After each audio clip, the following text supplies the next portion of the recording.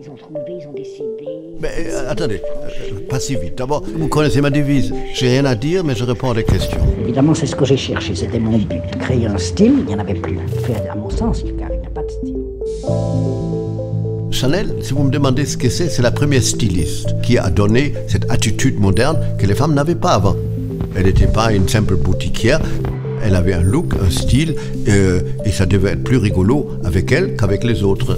Coco, vous savez, elle a rien compris et tout compris. Ça veut dire, elle s'est compris elle-même. Elle trouvait qu'elle était parfaite, que ça lui allait bien, qu'elle était bien dans son temps. Et Chanel a apporté elle-même. Mais c'est déjà pas mal. Chanel a laissé un style, une chose qu'on peut identifier à la seconde, qui est à la fois intemporelle, mais qui doit être à la mode. Son style, c'est le style d'une autre époque, mais qui a survécu et qui a su s'adapter à la modernité de toutes les décades successives. La mode, c'est en avant, c'est pas en arrière, on ne recule pas. L'élégance Chanel, c'est une attitude, un esprit, c'est une certaine abnégation d'une féminité à froufrou.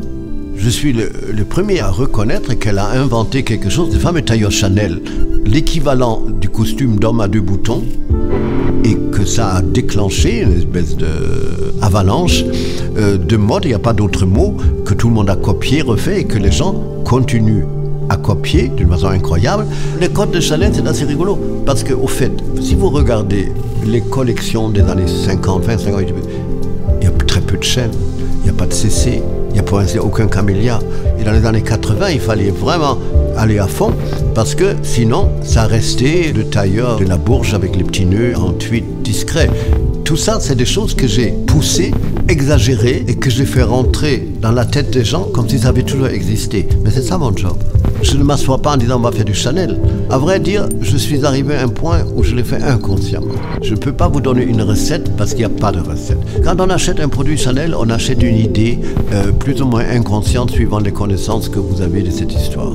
Le style de Chanel, c'est une idée, mais cette idée est gravée dans la tête d'une sorte de mémoire universelle, et ça, c'est quand même une chose assez rare. C'est une légende visualisable. C'est un phénomène cosmopolite. C'est la mondialisation avant la mondialisation. Et c'est ça le génie.